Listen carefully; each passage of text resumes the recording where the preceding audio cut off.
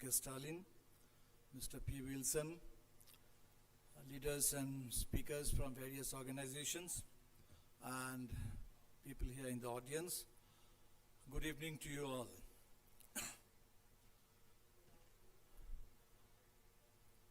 Just a week ago, we observed the 75th anniversary of the adoption of our Constitution.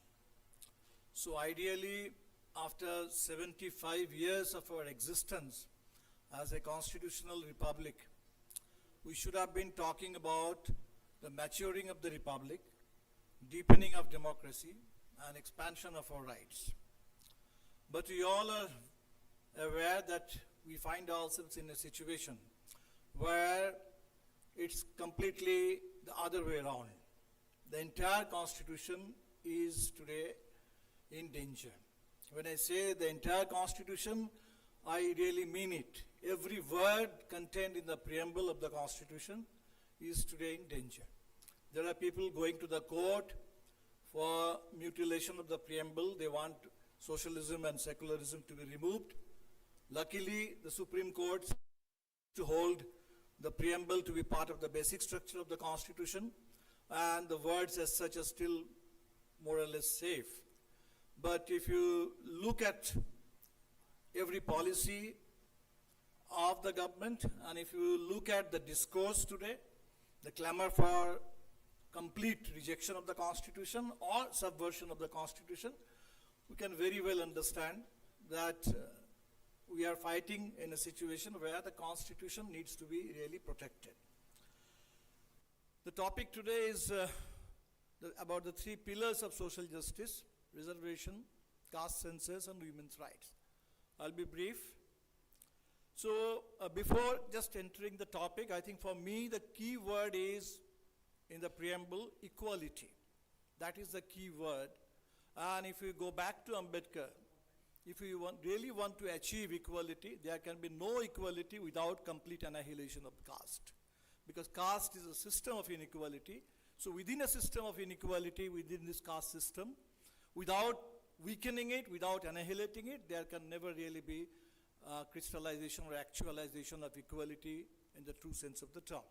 So when I talk about social justice, I talk about social justice as a step towards equality, and reservation, again, as a step towards social justice. Now, in Bihar, we had caste census, and the caste census outcome told us, it gave us the figures, that 85%, let's say 85% of Bihari society, they belong to the SCs, STs, the OBCs, the EBCs. 15% roughly are the so-called general castes, or some people call them upper castes. Now, if you look at these figures and then consider the way reservation has been subverted already by the introduction of the so-called economically weaker section reservation, 10%. So what you find is almost 100% reservation for the general castes. Because 15% is the population, and if you talk about the economically weaker section within that category of population, you are roughly talking about 10% people. So for 10%, you have 10% reservation, which is 100%. If you talk about privatization of education, you are actually talking about 200%, 300%, 400% reservation for the rich. It's nothing else.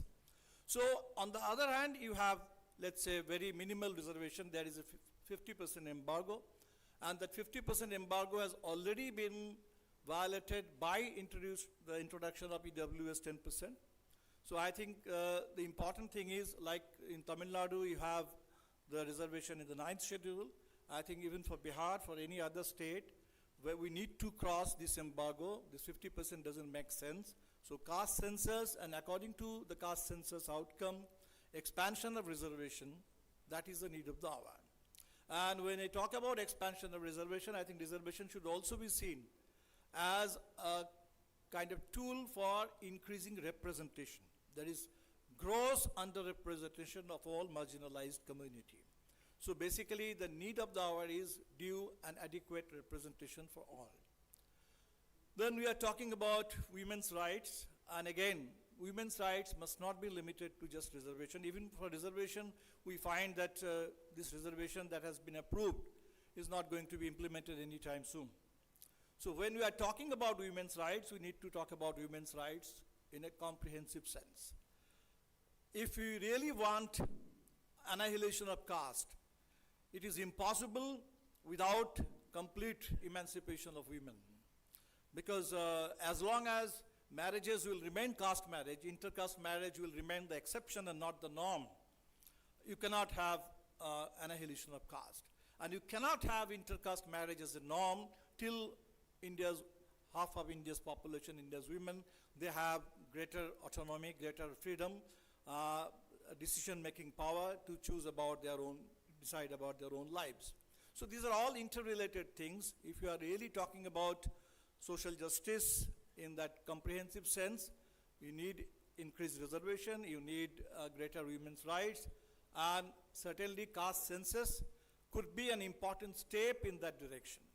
So I think these three demands which have more or less come up, caste census, there is a growing, there is still not 100% unanimity, but there is, I think, growing concurrence, growing convergence, consensus around these three ideas: caste census, greater reservation, and of course women's rights.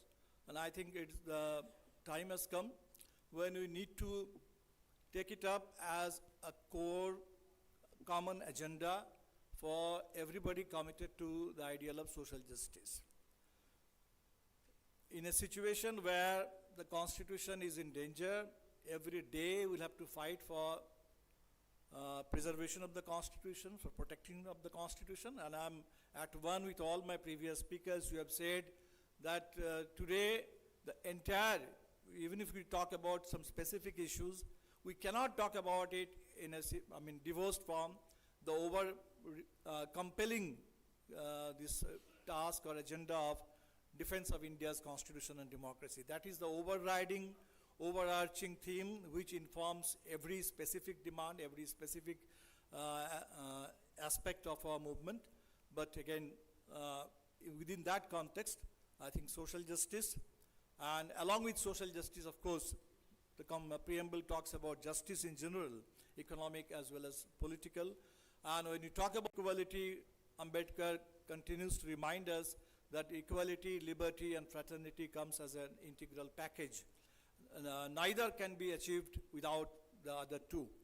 So, in this 75th anniversary of the Republic, which will be on 26th of January, 75th anniversary of the adoption of the Constitution, I think we should renew our commitment to defend India's Constitution and to realize every word in the preamble, a socialist, secular, democratic republic, and whatever the Constitution has committed to India's citizens, complete equality, liberty, fraternity, and complete justice. I think the time has come after 75 years when we have to actually fulfill that constitutional commitment. And I will just conclude with the warning that Ambedkar had given. 75 years ago, when the Constitution was being adopted, he kept on reminding us that equality cannot be just about electoral equality. Without social and economic equality, this political electoral equality will soon lose all its meaning. He kept on reminding us that the soil of India remains undemocratic. This Constitution is just a top dressing of democracy on an undemocratic soil, which means that the soil, that social soil, needs to be democratized. If you cannot democratize that social soil, that undemocratic social soil will tear apart the fabric of the Constitution. And most importantly, what he told us, that if ever India becomes a Hindu Rashtra, that will be the biggest calamity to befall India. And we need to rescue the country from that calamity which is very much staring us in the face. Thank you all. We all are fellow travelers in this shared battle to defend India's democracy. Thank you all, and thank you the organizers for inviting me and giving me this opportunity.